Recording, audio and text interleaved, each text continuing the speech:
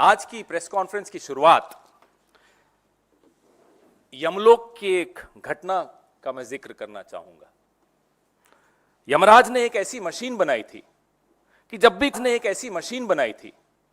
कि जब भी कोई झूठ बोलता था वो टन टन आवाज शुरू हो जाती थी।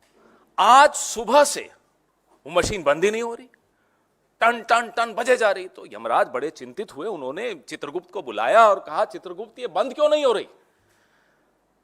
तो चित्रगुप्त ने कहा, महाराज आज मोदी जी का गारंटी पत्र या संकल्प पत्र जारी होने वाला है, अभी तक बज रही है, आपको डिस्टरबेंस हो रहा होगा, घंटी की आवाज आ रही है।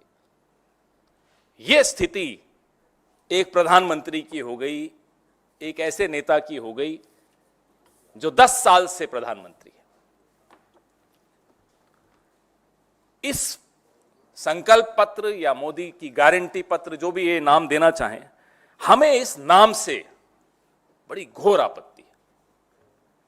इसका नाम माफीनामा होना चाहिए था, और माफीनामे में तो वैसे भी ये एक्सपर्ट है। इन्हें दलितों से माफी मांगनी चाहिए थी, किसानों से माफी मांगनी चाहिए थी, इन्हें नौजवान जो बेरोजगार नौजवान हैं उनसे माफी मांगनी चाहिए थी, अग्निवीर के जवानों से माफी मांगनी चाहिए थी, आदिवासियों से माफी मांगनी चाहिए थी, अंकिता भंडारी के परिवार से माफी मांगनी चाहिए थी। एक जरा बंद कर दीजिए अपना मोबाइल प्लीज। ताक झांक की आदत, लोगों की थालियों में ताक झांक की आदत तो मोदी जी की है ही, आप लोग जानते हैं, पारंगत हैं वो इसमें ताक झांक करने में। जरा गरीब की थाली को देख लेते तो खुद आज उसको माफी पत्र कहते, माफीनामा कहते। वो आंकड़े जो पिछले 10 साल से छुपाए जा रहे हैं, उन आंकड़ों में पिछले 10 साल की रिपोर्ट कार्ड है। वो आंकड़े अगर सामने आ जाएं तो ये खुद उसको माफीनामा कहते।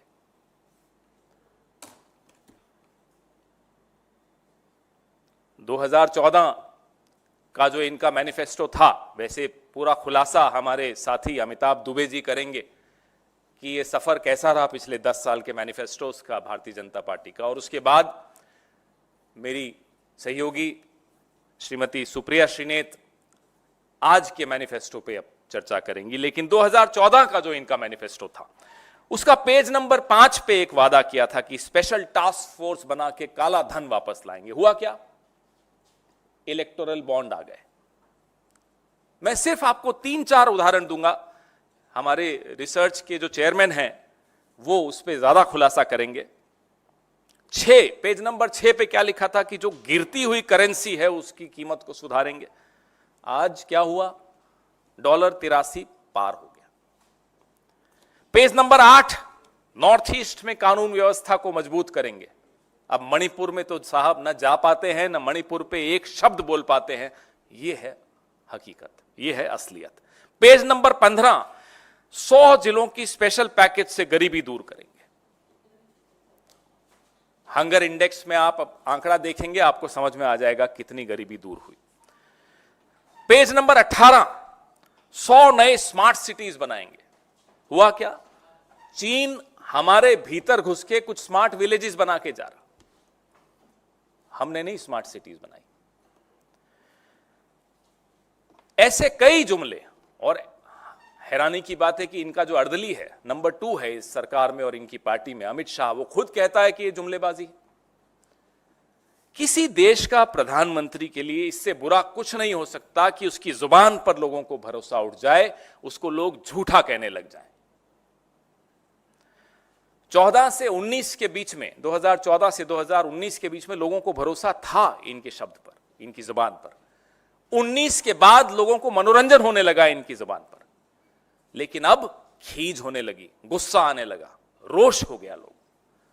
यह यात्रा नरेंद्र मोदी की, इस देश के प्रधानमंत्री की, यह बताती है कि 10 साल में क्या हाल बना दिया इस देश का, कि जो लोग इनको हीरो मानते थे, जो लोग इनकी बात सुनना चाहते थे, अब टीवी का चैनल बदल देते हैं। अब वो कार्टून शो देखने लग जाते हैं। उनको लगता है कि क्या फायदा। अब मैं ज्यादा इस पे समय नहीं बिताऊंगा कि अभी तक क्या हुआ। मैं चाहता हूं कि इस सफर पे जो माइलस्टोन्स थे, कहां कहां धोखा हुआ पिछले 10 सालों में, उस पे मेरे साथी अमिताभ दुबे जी अपनी बात रखें। धन्यवाद पवन जी। जब हमारी टीम बैठ के देखना चाह रही थी कि इनकी जो जुमलेबाजी है, इनके झूठे वादे, इनके जो घोषणा पत्र में डाले गए हैं, इनकी एक सूची बनाए, इतनी लंबी लिस्ट आई कि मुझे आपको बस गिन चुन के बताना पड़ेगा। तो हमने बस 3 क्षेत्रों में लिया है, कृषि, रोजगार और शिक्षा। इनके बारे में जो भी इनके वादे थे मैं आपको बताऊंगा और सच्चाई क्या है।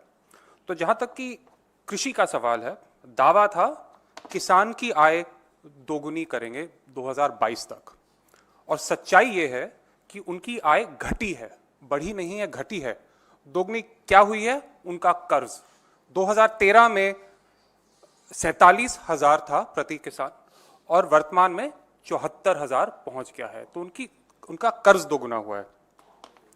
PM Kisan to cover all the farmers in the country, दावा ये था। लाभार्थियों की सच्चाई यह है, हकीकत यह है कि लाभार्थियों की संख्या 67% गिरी है।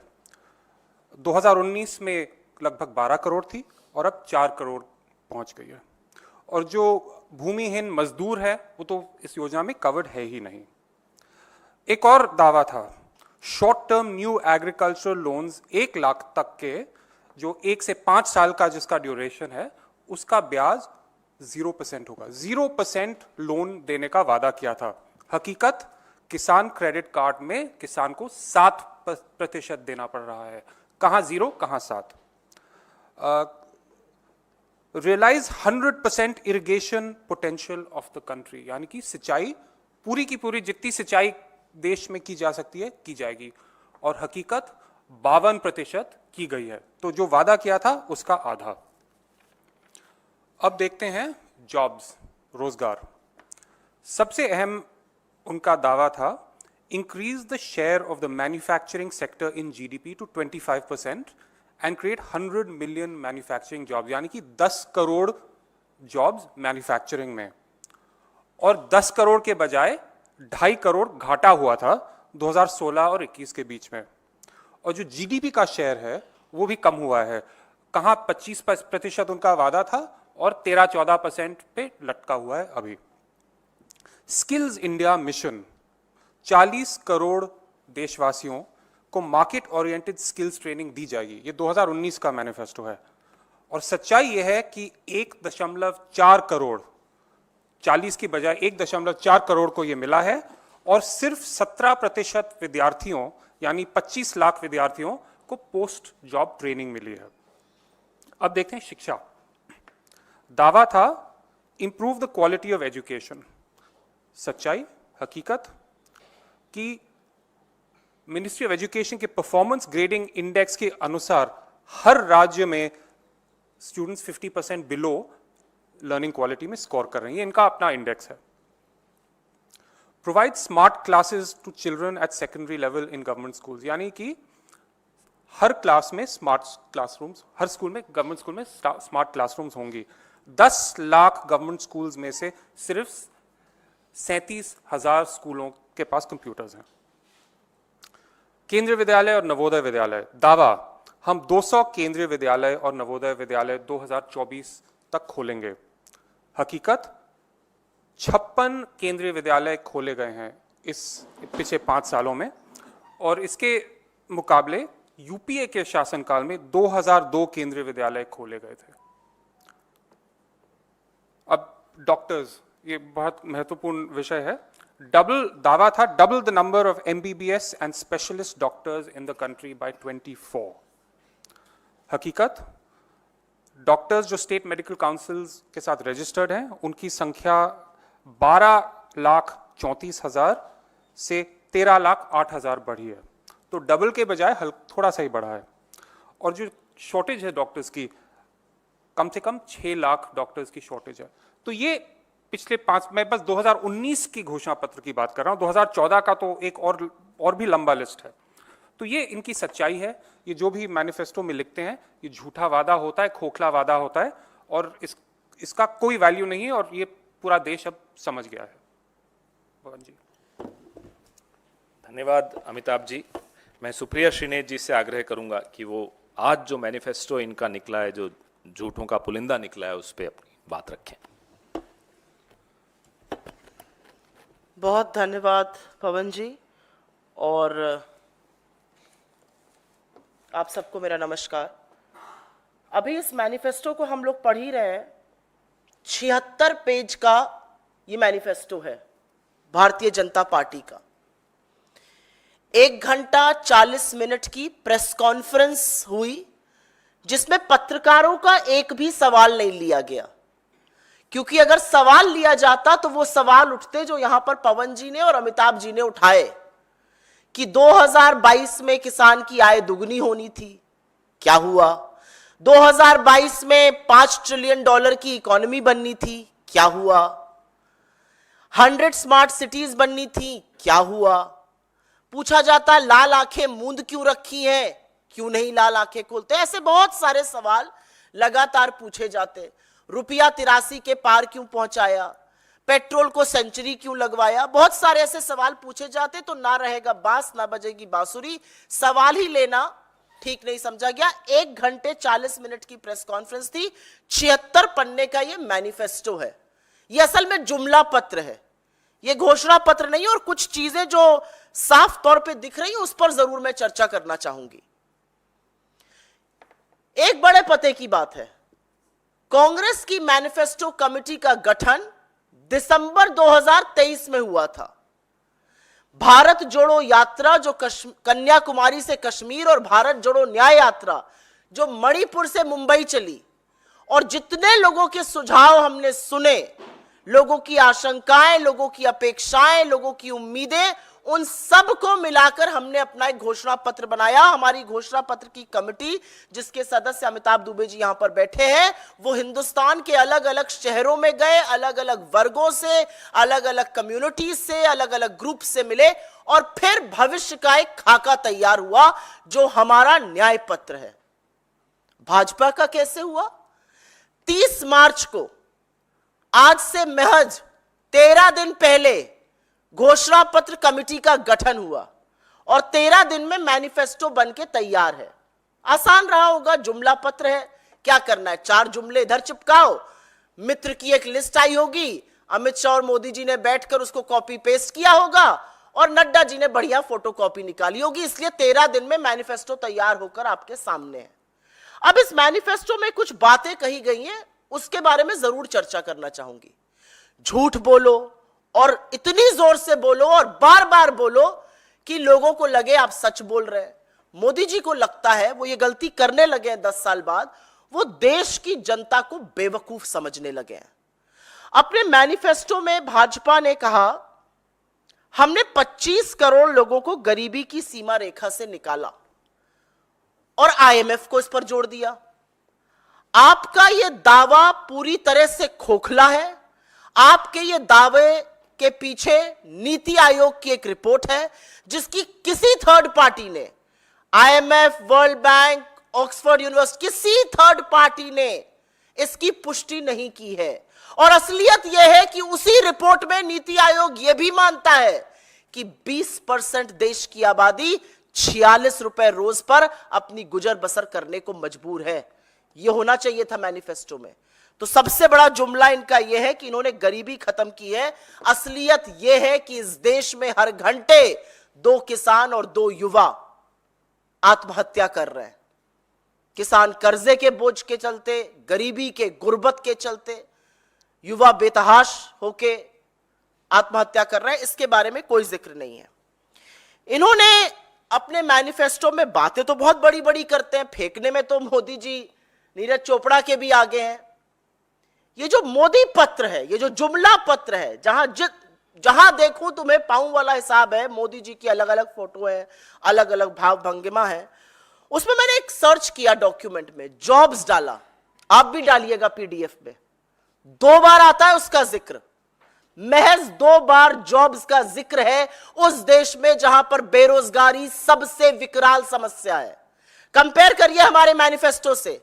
हम 30 लाख सरकारी नौकरियों की बात करते हैं। हम 1 साल के लिए ग्रेजुएट और डिग्री होल्डर्स को स्टाइपेंड देने की बात करते हैं 1 लाख रुपए का। बीजेपी में 2 बार जॉब्स का जिक्र है और थेथरे ये है कि लिखा जा रहा है खाली रिक्त पद भरे जाएंगे सरकारी। तो 10 साल से झुंझुना क्यों बजा रहे थे? क्यों रहने दिया ये खाली रिक्त पद? पता है आपको ये रिक्त पद कहां है, कब भरेंगे? ये जॉब्स पर ये यूथ के साथ मजाक और खिलवाड़ है। बोला एमएसपी बहुत बढ़ाई, 700 किसानों की शहादत हो गई। किसानों को दिल्ली आने ना देने के लिए आपने सड़कें खुदवा दी, कीले गड़वा दी, आंसू गैस के गोले उन पर छुड़वा दिए, उनको आतंकी नक्सलवादी न जाने क्या क्या कह दिया। लेकिन एमएसपी के कानून की बात मैनिफेस्टो में नहीं है। यह किसान के बारे में इसलिए बात करना चाहती हूं क्योंकि हमने अपने मैनिफेस्टो में डंके की चोट पर कहा है हमारी सरकार बनेगी, हम एमएसपी की लीगल गारंटी देंगे, एमएसपी का पूरा कानून बनाएंगे, कर्जा माफी करेंगे और खेती को जीएसटी से मुक्त करेंगे। मोदी जी के मैनिफेस्टो में ऐसी कोई बात नहीं है। एमएसपी के कानून का जिसका उन्होंने वादा किया था उसका भी जिक्र नहीं है। ऐसा क्यों है? क्यों इतनी खोट है नीति और नियत में? महिलाओं की बात करते हैं, युवाओं की बात करी, किसानों की करी, महिलाओं की करते हैं। कहते हैं महिलाओं को लखपति दीदी बना रहे हैं। कहां है ये लखपति दीदियां? जिन महिलाओं को आटे दही पर जीएसटी देना पड़ रहा है, जिनको खाने का इन्फ्लेशन 8.5% जूझना पड़ रहा है, जिनकी कमर तोड़ रहे हैं आप महंगाई से, कहां है उनके लिए कोई राहत? कहां है महिलाओं के लिए बात? हम क्या कहते हैं? हम कहते हैं गरीब महिलाओं को हम 1 लाख रुपए सालाना देंगे और साथ साथ नई सरकारी नौकरियों में 50% आरक्षण देश की आधी आबादी को देंगे। कहां है वो रिप्रेजेंटेशन? क्या आप दोयम दर्जा क्यों मानते हैं एक औरत को? आप जिक्र कर रहे हैं 33% आरक्षण का जो 2034 से पहले लागू नहीं होगा पार्लियामेंट में, लेकिन देश की एक आम नारी के लिए, एक आम महिला के लिए, एक आम लड़की के लिए जिसकी आंखों में सपने हैं भविष्य के, उसके लिए आपके मैनिफेस्टो में कुछ नहीं है। बहुत सर्च किया मैंने, जॉब्स के बारे में सर्च किया, मुझे तो कुछ नहीं दिखा। इसका जवाब कौन देगा? मैं उसके बाद बात करना चाहती हूं, इन्होंने बात की कि आतंकवाद खत्म हो गया है, शांति बहाल हो गई है। ये मेरे आंकड़े नहीं है, ये भारत सरकार के आंकड़े जो आपके सामने रख रही हूं।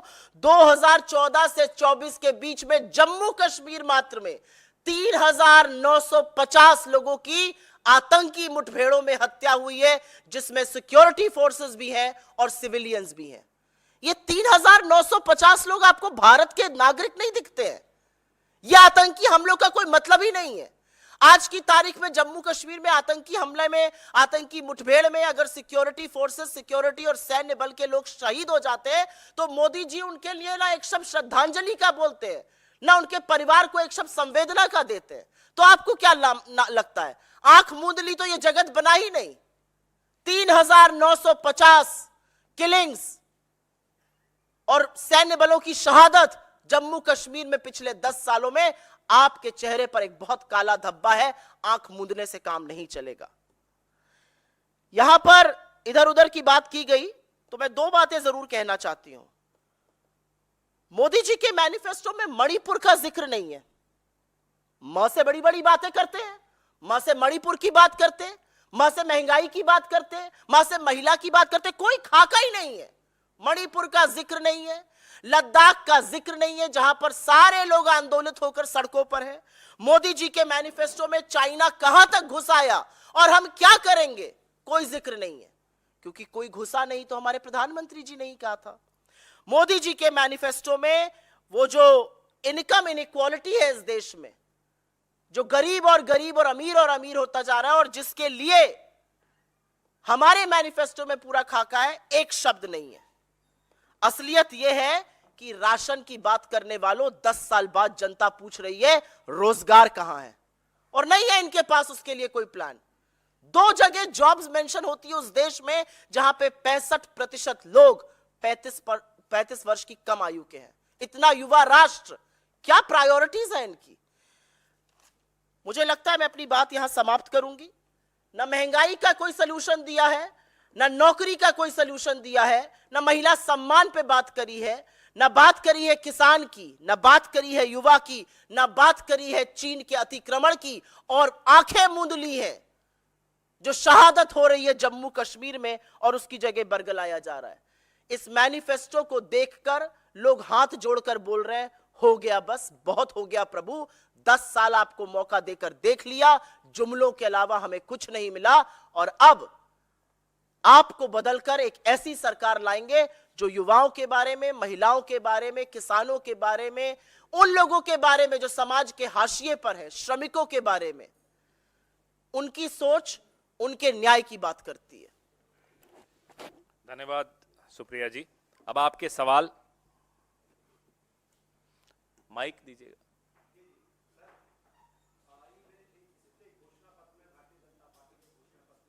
अच्छी शब्द है, उन्होंने लिखा है कि 2014 में हमने जो वादा किया वो 100% कंप्लीट किया, पूरा किया, और उन्होंने कहा कि 2047 में हम जो है भारत को विकसित राष्ट्र बनाएंगे। उन्होंने कहा कि मोदी की जो गारंटी है 24%, 24 कैरेट सोने की तरह शुद्ध है। ये जो गोलपोस्ट बदलने की जो बीमारी है ना, ये इस देश में कभी किसी सरकार को पहले नहीं आई। अब 2047 पे पहुंच गए जनाब। पूछिए इनसे कि किसानों की आय दुगनी, जैसा कि अमिताभ दुबे जी बता रहे थे कि 2022 में करनी थी, अब उसका गोल पोस्ट भी बदल गया होगा। तो ये गोल पोस्ट बदलने जो 2014 में कहा, 19 में आपने न तो उसका कोई लेखा जोखा दिया, कोई अकाउंट नहीं दिया, कोई खाता बही सामने नहीं रखा। 19 में आपने नए जुमले, नए गोल पोस्ट के साथ रख दिए। 2024 आते आते आप 47 पे चले गए। 2036 में हम ओलंपिक कराएंगे, अब ये भी लिखा हुआ है उसमें। आप कहां होगे? आप सरकार में होगे क्या? आप 5 साल का हिसाब दीजिए और अगले 5 साल की अपनी बात करिए। ये गोल पोस्ट बदलना, ये सन बदल देना, जो सबके लिए घर बनाना था, अब उसको विकसित राष्ट्र में डाल दिया, मतलब वो भी 2047 तक चला गया। बड़ी सफाई से ये झूठ बोलते हैं, लेकिन इतनी बार बोल चुके हैं कि अभी एक्सपोज हो गए। अब लोगों को समझ में आ गया कि मोदी की बात पर या मोदी की गारंटी पर कोई भरोसा नहीं कर सकते, क्योंकि वो सरेआम झूठ बोलते हैं। अभी कहा था कल किसी इंटरव्यू में, बहुत कम इंटरव्यू देते हैं लेकिन इलेक्शन में देते हैं, कि मैं अपने बाल सफेद करता हूं। हुजूर, आप सिर्फ बाल नहीं सफेद करते, आप झूठ भी बड़े सफेद पोश ढंग से पेश करते हैं।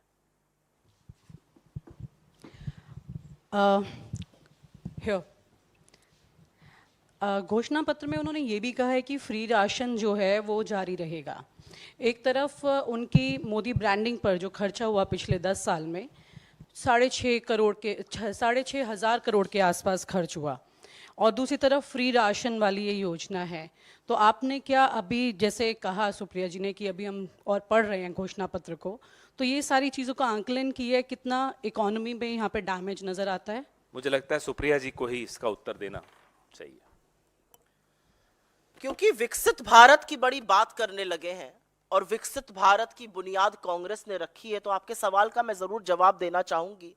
लेकिन क्योंकि बीजेपी झूठ बोलती है, और जैसा कि पवन जी ने कहा कि बड़ी सफेद पोशी से झूठ भी बोलते हैं, जिस विकसित भारत की वो बात करते हैं और जिस वर्ल्ड बैंक को भी लेकर बहुत उत्साहित हो जाते हैं उनके लोग, उस वर्ल्ड बैंक ने कहा है कि 2047 में मोदी जी के रहते हुए नहीं हो पाएगा, क्योंकि 8% ग्रोथ चाहिए, और मोदी जी के 10 साल के शासनकाल में शीर्षासन कर लीजिए, सिर के बल खड़े हो जाइए, ग्रोथ रेट 5.9% रही है। ये असलियत सरकार खुद मानती है। 8% ग्रो करिएगा तब वहां पहुंचेगा। आपके सवाल का मैं जरूर जवाब देना चाहूंगी। 6,500 करोड़ एक लीपा पोती के लिए, एक छवि बनाने के लिए, एक रंग चढ़ाने के लिए जरूर खर्चा हुआ, और वो खर्च दिखता है टीवी चैनल पर, वो खर्च दिखता है अखबार की हर हेडलाइन में, क्योंकि अगर वो खर्च नहीं होगा तो इस तरह का चरण वंदन मोदी मोदी मोदी मोदी मोदी मोदी आपको टीवी पर नहीं दिखेगा। वो इसीलिए दिखता है क्योंकि उस तरह का खर्च हो रहा है। लेकिन हां, उसका खामियाजा देश की अर्थव्यवस्था ने बहुत तरीकों से झेला है, चाहे वो लो ग्रोथ हो, चाहे वो हाई इन्फ्लेशन हो, चाहे वो जॉबलेसनेस हो। मोदी जी बात करते हैं मैंने मुद्रा लोन ले दिए। 44,000 रुपए के लोन से आप कौन सा धंधा पानी बिजनेस चला रहे हैं, जरा मुझे बता दीजिए। आज मैं 45,000 रुपए आपको दूंगी कि आप एक बिजनेस खड़ा कर सकते हैं। व्यर्थ की बातों से मैनिफेस्टो बढ़ा है और असलियत यह है कि जो ग्राउंड पे हो रहा है, अगर आज ब्रिजेश पाल अपनी सारी डिग्री जलाकर आत्महत्या कर लेता है और कहता है इन डिग्रियों का क्या फायदा, वो अर्थव्यवस्था की असलियत है। रामेश्वरम जो सब्जी बेचने वाला है, आंख में डबडबाई आंखों से कहता है मेरी गुजर नहीं हो रही, वो अर्थव्यवस्था की असलियत दिखाता है। अर्थव्यवस्था की असलियत वो 40,000 एमएसएमईज, लघु छोटे मध्यम उद्योग जिन पर ताले पड़ गए, वो दिखाते हैं। अर्थव्यवस्था की असलियत वो सरकारी पद जो खाली पड़े हुए हैं और इसलिए नहीं भरे जा रहे हैं क्योंकि कहीं पर गरीब, शोषितों, वंचितों, दलितों, आदिवासियों और पिछड़ों को नौकरी न देनी पड़ जाए, वो दिखा रहे हैं।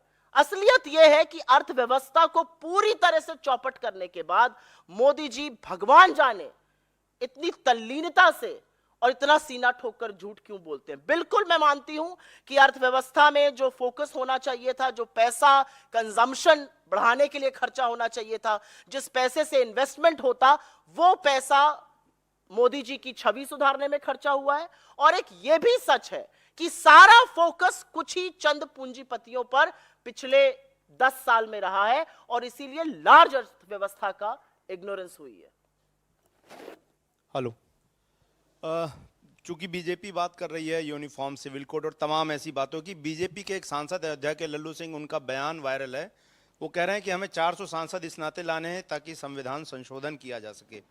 तमाम ये आरोप लग रहे हैं कि दरअसल बीजेपी का घोषणा पत्र यही है कि वो संविधान में बदलाव अगली सरकार में करना चाहते हैं और यही वजह है कि तमाम मुद्दों से वो लगातार देश को भटकाने की कोशिश कर रहे हैं। सबसे पहले अनंत हेगड़े, फिर ज्योति मिर्धा और फिर लल्लू सिंह, 3 लोग अपनी मंशा, संघ की मंशा, मोदी जी की मंशा आपके सामने रख चुके हैं कि संविधान को बदलना है। अब मोदी जी उनको दिल से माफ कर पाएंगे या नहीं, ये तो मोदी जी से पूछिए आप। लेकिन ये मंशा मोदी जी की है। मुंह किसी का हो, जबान किसी की हो, मंशा मोदी जी की है, मंशा नागपुर की है। इनको बाबा साहब अंबेडकर के संविधान से आज से नहीं परेशानी है, इनको शुरू से परेशानी है। इन लोगों पर आरोप झूठा नहीं लगा कि इन्होंने संविधान की प्रतियां जलाई हैं। आज बाबा साहब की जयंती भी है और आज ही सुबह हमने ये वीडियो देखा जिसका आप जिक्र कर रहे हैं, लल्लू सिंह जी जो अयोध्या के सांसद हैं और अभी प्रत्याशी भी हैं। आप सोचिए कि इनके मन में क्या है और मुंह पे क्या है, उसका अंतर आपको दिख रहा है। तो जो है वो आसपास में जो दुनिया में परिस्थितियां बनी हुई हैं युद्ध की, उसको भी उन्होंने कहा कि युद्ध के हालात पूरी दुनिया में बने हुए हैं और ऐसे में एक पूर्ण बहुमत की सरकार की जरूरत है और बीजेपी ऐसी सरकार देने के लिए संकल्पबद्ध है। उनका मैनिफेस्टो ऐसी सरकार देने के लिए संकल्पबद्ध है। देखिए, पहली बात यह है कि ये वही सरकार है जिसने एक एड लगाया था कि हमने यूक्रेन का युद्ध रोका था अपने विद्यार्थियों को निकालने के लिए, बल्कि और foreign ministry of external affairs ने इसका सीधा कॉन्ट्रडिक्शन किया था कि ये बिल्कुल झूठ बोल रहे हैं। तो एक तरफ ये ऐसे विज्ञापन चला रहे हैं जो इनकी ही सरकार कह रही है झूठ बोल रहे हैं, तो ये इनके फॉरेन पॉलिसी का एक बड़ा एग्जाम्पल है। लेकिन पिछले 10 साल से हम एक मेजॉरिटी गवर्नमेंट रही है। चीन के साथ क्या हुआ है? पहली बार 60 साल में चीन ने हमारी ज़मीन कब्जे में ली है। हमारे 26 पेट्रोलिंग पॉइंट्स लद्दाख की पुलिस के अनुसार हमारे सोल्जर्स अब जा नहीं सकते, जो पहले जा रहे थे यूपीए के शासनकाल में खुले रूप से जा रहे थे। तो ये सच्चाई है, ये वन पार्टी जो गवर्नमेंट है, इसकी जो स्ट्रेंथ है ये बिल्कुल कमजोरी है। इतने सालों से हमारे कोalition गवर्नमेंट्स चल रहे हैं, ऐसा कोई प्रॉब्लम नहीं था। तो जिम्मेदारी एक व्यक्ति की है और वो जब कहते हैं कि एक स्ट्रांग गवर्नमेंट है तो जिम्मेदारी इन पे पड़ती है कि चीन के सामने ये माथा क्यों टेक रहे हैं इस प्रकार, और इसके बारे में बातचीत तो मीडिया में होने नहीं देते, कभी कोई और विषय उठा देते हैं, डिस्ट्रैक्ट करते हैं। हमने कहा था DDLJ इनकी स्ट्रैटेजी है, डिनाई, डिस्ट्रैक्ट, डिनाउंस, जस्टिफाई। जो भी करना है, जो भी बहाना निकालना है लोगों को गुमराह करने के लिए। सच्चाई है कि ये पहली सरकार है सिंगल पार्टी मेजॉरिटी कई सालों में, और सबसे ज्यादा लॉस ऑफ लैंड पिछले 60 साल में इनके शासनकाल में हुआ है। आपने देखा 10 दिन पहले 64 नागरिक हिंदुस्तान के, उत्तर प्रदेश से ज्यादा हैं, उनको इजराइल भेजा गया नौकरी करने, आज से 10-12 दिन पहले। अब क्या युद्ध रुकवाएंगे वहां उनको वापस लाने के लिए? हम ये जानना चाहते हैं।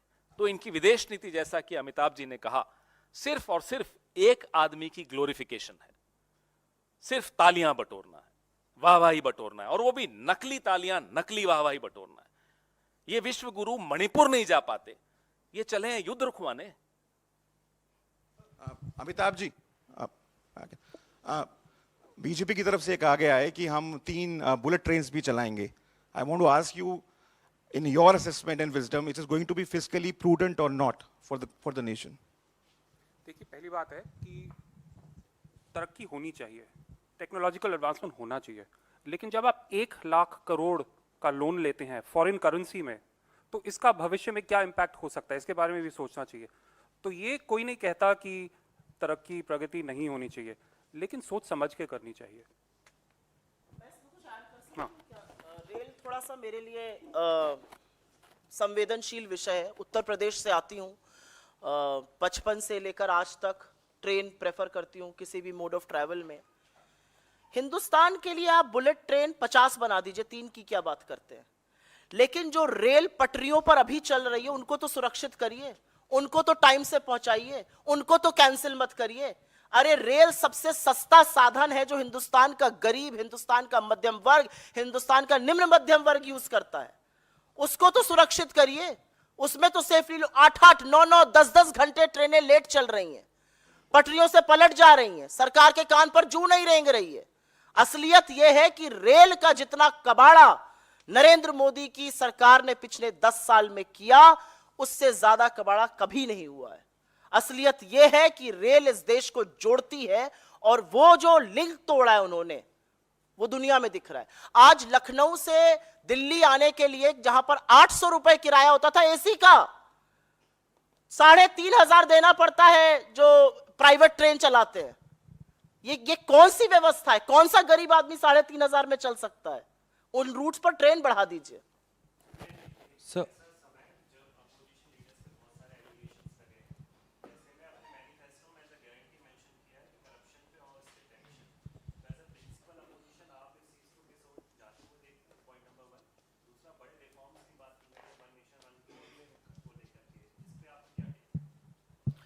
मैं सबसे पहले तो, क्योंकि आपने उनके मैनिफेस्टो पर करप्शन पर पूछा, तो उस पर जरूर जवाब देना चाहती हूं। एक सर्वे होता है सीएसडीएस का, लोकसभा के पहले किया जाता है, 2019 में भी हुआ था, 2024 में भी हुआ है। सवाल था कि क्या भ्रष्टाचार बढ़ा है पिछले 5 सालों में? 55% लोगों ने कहा कि हां भ्रष्टाचार बढ़ा है। हां कहने की संख्या 2019 में 40% थी। 40% लोग कहते थे भ्रष्टाचार बढ़ा है, अब कह रहे 55% लोग भ्रष्टाचार बढ़ा है। तो मोदी जी की वॉशिंग मशीन जो घनघन दिन भर चलती रहती है, मोदी जी के इलेक्टोरल बॉन्ड का चंदा दो धंधा लो वसूली रैकेट जो चल रहा है, वो जनता देख रही है। जनता को पता है भ्रष्टाचार कौन कर रहा है, जनता को पता है वॉशिंग मशीन कौन चला रहा है। जबरदस्त तरीके से बढ़ा है। और सबसे पते की बात यह है कि उस सर्वे में लोगों ने यह माना है कि केंद्र सरकार की वजह से भ्रष्टाचार बढ़ा है, राज्यों पर उन्होंने कम ब्लेम किया है। पहली बात। अब आपने पूछा कि ये विरोधाभास है कि नहीं, ये तो मोदी जी बताएंगे, क्योंकि मोदी जी आंखें मूंद कर कह देंगे भ्रष्टाचारियों के खिलाफ एक्शन लूंगा, एक्शन लेते हैं। वो जिसको बोलते थे 70,000 करोड़ का घोटाला किया सिंचाई का, अगले दिन उससे गलबैया करके खड़े हैं, उसको डेप्यूटी चीफ मिनिस्टर बनाते हैं। वो जिसके खिलाफ बुकलेट लाते थे शारदा पर, वो हेमंत तो उनका सबसे खास है। वो जिसके लिए कहते थे इन्होंने आदर्श स्कैम किया, उसको लपक के अपनी पार्टी ज्वाइन कर ला लेते हैं। आपके ऊपर 9 सीबीआई के केस है खनन के मामले में, आप जनार्दन रेड्डी है, तुरंत जाइए भारतीय जनता पार्टी का पटका पहनिए और फिर देखिए क्या बढ़िया सफाई से आप धुल कर निकल आते हैं। तो मोदी जी की बात में, जैसा कि मेरे सहयोगियों ने यहां पर पहले भी कहा, विरोधाभास से भरी बातें हैं। किस मुंह से भ्रष्टाचार की ये लोग बात करते हैं जब इलेक्टोरल बॉन्ड का सारा गोरख धंधा सामने आ गया है। पैसा लेकर कॉन्ट्रैक्ट दिए जा रहे थे और सीबीआई ईडी इनकम टैक्स की रेड कराकर लोगों को डराया धमकाया जा रहा था, वसूली रैकेट चलाया जा रहा था। उन सब चीजों का जवाब दे। मैं 2 चीजें बस यहां पे कह के अपनी बात समाप्त करती हूं, और ये बातें कहनी जरूरी है, ये मैंने कही भी। आपने कहा, उन्होंने, किसी ने यहां पे यूसीसी की बात करी, आपने 1 नेशन 1 इलेक्शन की बात करी। ये सब चीजें जो है वो कंसेंसस से होनी चाहिए। जब ये मौका आएगा तो कांग्रेस पार्टी को जो स्टैंड लेना है हम वो बिल्कुल लेंगे। लेकिन कुछ चीजें कंपेयर कर लेनी चाहिए, क्योंकि मोदी जी तो पूछते हैं ना पिछले 60 सालों में 70 सालों में क्या हुआ। 70 सालों में खैर जो बना वो आपने बेचा, वो अलग बात है। पिछले 10 सालों का लेखा जोखा ये है कि 10 साल बाद हमारा मैनिफेस्टो कहता है हम 30 लाख सरकारी नौकरी बनाएंगे, आप उस पर चुप हैं। हमारा मैनिफेस्टो कहता है हम किसान को एमएसपी की कानूनी गारंटी देंगे, आपका मैनिफेस्टो चुप है। हमारा मैनिफेस्टो कहता है नारी शक्ति का अभिवादन होगा और उसको हम 1 लाख रुपए गरीब महिला को सालाना देंगे, आपका मैनिफेस्टो चुप है। हम कहते हैं हम यंग गर्ल्स को, यंग लड़कियों को, युवतियों को 50% आरक्षण देंगे सरकारी नौकरी में, आपका मैनिफेस्टो चुप है। हम महंगाई को रोकने की, उसको थामने की, उसको नियंत्रित करने की बात करते हैं, आपका मैनिफेस्टो चुप है। हम बात करते हैं मणिपुर में शांति बहाली की, और उस मणिपुर में जिसमें 1 साल हो जाएगा वहां पर सिविल अनरेस्ट चलते हुए, और जहां पर 2 दिन पहले 2 लोगों की हत्या हुई है, उस मणिपुर में हम शांति बहाली की बात करते हैं, आपका मैनिफेस्टो चुप है। हम लद्दाख में 6 शेड्यूल ऑफ कॉन्स्टिट्यूशन की बात करते हैं, आपका मैनिफेस्टो चुप है। हम भ्रष्टाचार हटाने की बात करते हैं, आपका मैनिफेस्टो बरगलाता है। Pavan sir, you have said that within 13 days Bharatiya Janata Party has prepared their manifesto. It's just 13 days that they worked out to prepare the manifesto. Have you drawn any follow-ups from the Congress manifesto, because it was launched very early and now Bharatiya Janata Party has also announced it? For example, Congress party became the first party to announce cashless medical insurance for the LGBTQ community. Today Prime Minister announced above 70 transgenders will be given Ayushman Bharat facility as well. Have you drawn any follow-ups? Have the Bharatiya Janata Party, do you think that the BJP has drawn any follow-ups from the Congress party in their manifesto? I think the right man to respond to this is Mr. Dubey, because he was a part of our manifesto committee and he's researched it very well. So I think he should respond to this question. As Supriya ji said, our manifesto is drawn up after months of consultations with tens of thousands of people and experts across the country. The BJP's were drawn up in less than 2 weeks. Their manifesto is not one of vision, their manifesto is one of reaction, in this case to our manifesto, where we promised a right to health, not only to LGBTQIA+, but to every Indian, and so obviously they are included in it. It's only intended to generate headlines and to manage the news cycle. If you want a serious vision of what the next government looks like and what kind of policies it will bring, it is in the Congress Nyaya manifesto. If you want to look at random promises aimed at managing the news, then you can look at the BJP manifesto. मतलब BJP कुछ भी कहती है या कोई भी चीज मोदी जी कहते हैं तो मतलब उसको माइंड बहुत करते हैं आप लोग। हम लोग अच्छा, अब आप भी कमाल कर रहे हैं साहब, हम निंदा करते हैं मोदी जी की। अब आप बताइए, उन्हें बरसात में नाचना भी है और भीगना भी नहीं है।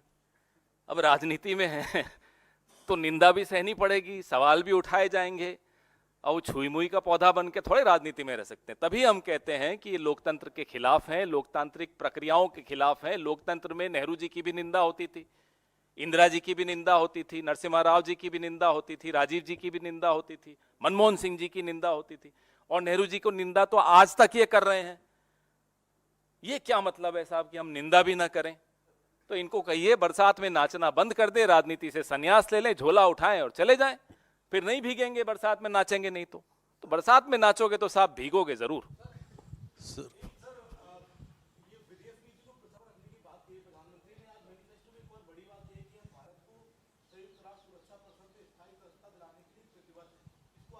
कटिबद्ध होना भी चाहिए, होते रहे। कर क्या रहे हैं उस दिशा में? जो पेट्रोलिंग पॉइंट्स 26 पे अब हम लोग पेट्रोल नहीं कर पा रहे हैं, चीन को ये क्लीन चिट दे देते हैं, पूरे पड़ोस में संबंध बिगाड़ के रखे हुए हैं। चीन घुसता चला जा रहा है अड़ोस पड़ोस में, अपना इन्फ्लुएंस, अपना दायरा बढ़ाता चला जा रहा है। चले हैं विश्व गुरु बनने।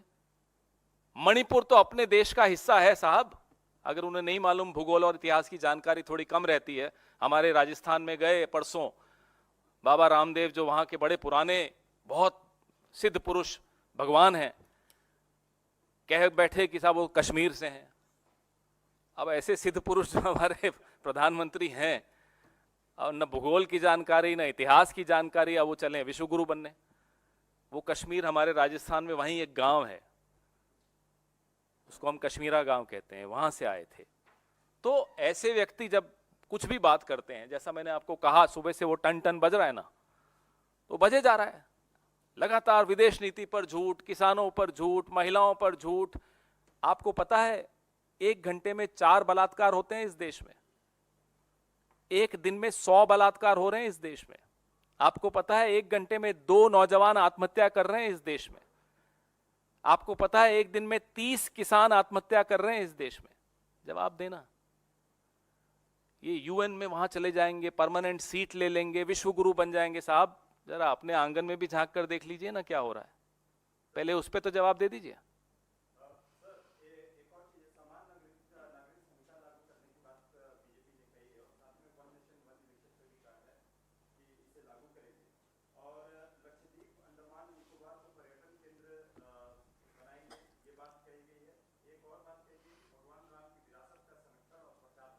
लक्षद्वीप तो हमेशा ही पर्यटन का केंद्र रहा है, ये क्या नया बना देंगे उसको?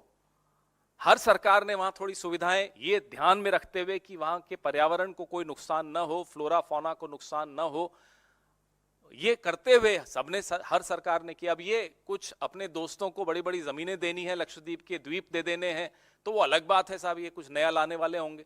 फिर आप भूल जाइए लक्षद्वीप जैसा जो प्रोटेक्शन था, हर सरकार ने जो पर्यावरण, अटल जी की सरकार ने भी पर्यावरण की वहां रक्षा की, ये उसको खत्म करना चाहते हैं। रही बात जो बाकी इन्होंने अनाप शनाप कई चीजें बोली हैं अपने मैनिफेस्टो में, तो ये देश संवाद से चलता है, कॉन्सेंसस से चलता है, जैसा राहुल जी कहते हैं कॉन्वर्सेशन से चलता है। आप सबकी बात सुनकर कोई नीति लाएंगे तो वो नीति स्वीकार्य होगी सबको, और देश के लिए वो नीति फलकारी भी होगी। लेकिन अगर आप 1 nation 1 ruler, 1 nation 1 king, 1 nation 1 Vim या 1 फैंसी पे चलोगे, तो जो हो रहा है 10 साल में वही होगा।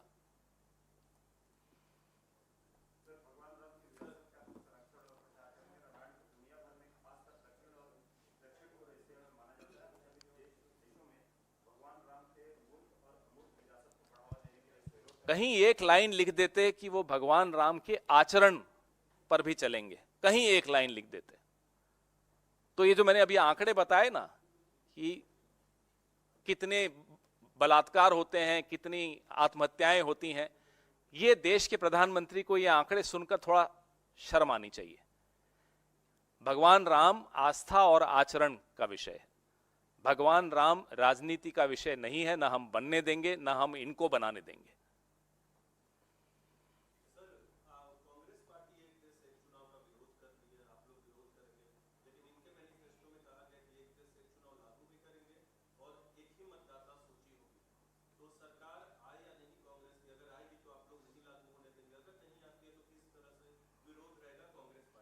एक राज्य में एक फेज में चुनाव करा नहीं पाते 1 नेशन 1 इलेक्शन वाले 7-7 फेज में इलेक्शन कराते हैं। आप असेंबली इलेक्शन उठा के देख लीजिए, वो भी एक चरण में नहीं करा पाते। ये मजाक समझते हैं। होमवर्क किए बगैर जब प्रधानमंत्री को नारे देने की आदत हो गई है, ये 1 नेशन 1 नेशन फला ढीम का 1 नेशन 1 मिस्टेक, और उस मिस्टेक का नाम है नरेंद्र मोदी।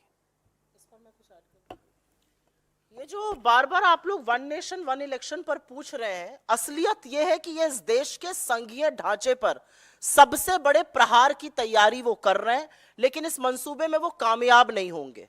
और हमें जो पिक्चर ऑन ग्राउंड से आ रही है वो पूरी तरह से दिखा रही है कि साउथ में बीजेपी साफ है, नॉर्थ में बीजेपी हाफ है, और असलियत यह है कि झोला उठाने के दिन बड़े पास है। ये संघीय ढांचे पर देश इस तरह का प्रहार बर्दाश्त करने के लिए तैयार नहीं है। हो गया, अब 1-on-1 तो नहीं है ना?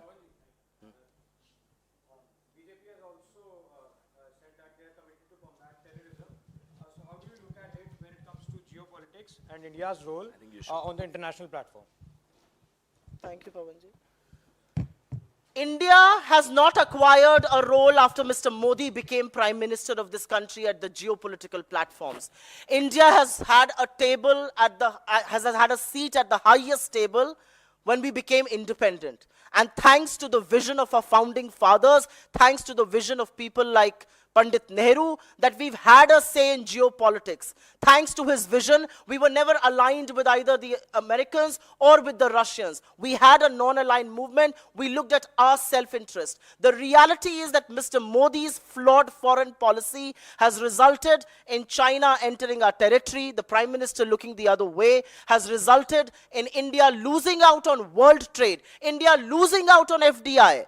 When FDI from China is moving out, we are not the ones who are receiving that FDI. If your foreign policy was so good, we should have been receiving it. Your foreign policy is so flawed that we have been isolated in our neighborhood. Our all-weather friend Bangladesh has given access in Cox's Bazar for China to make a submarine base.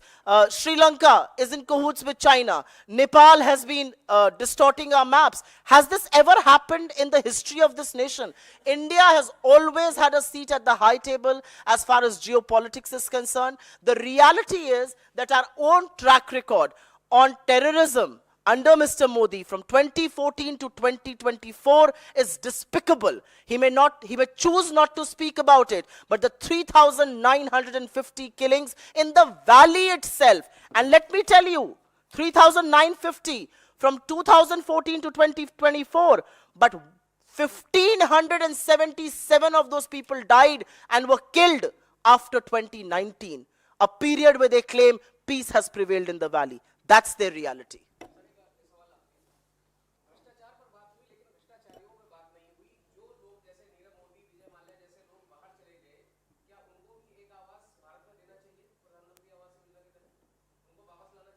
आप तो आवाज की बात कर रहे हैं, आपको क्या भरोसा, मालूम कल को राज्यसभा में आ जाएंगे यही लोग।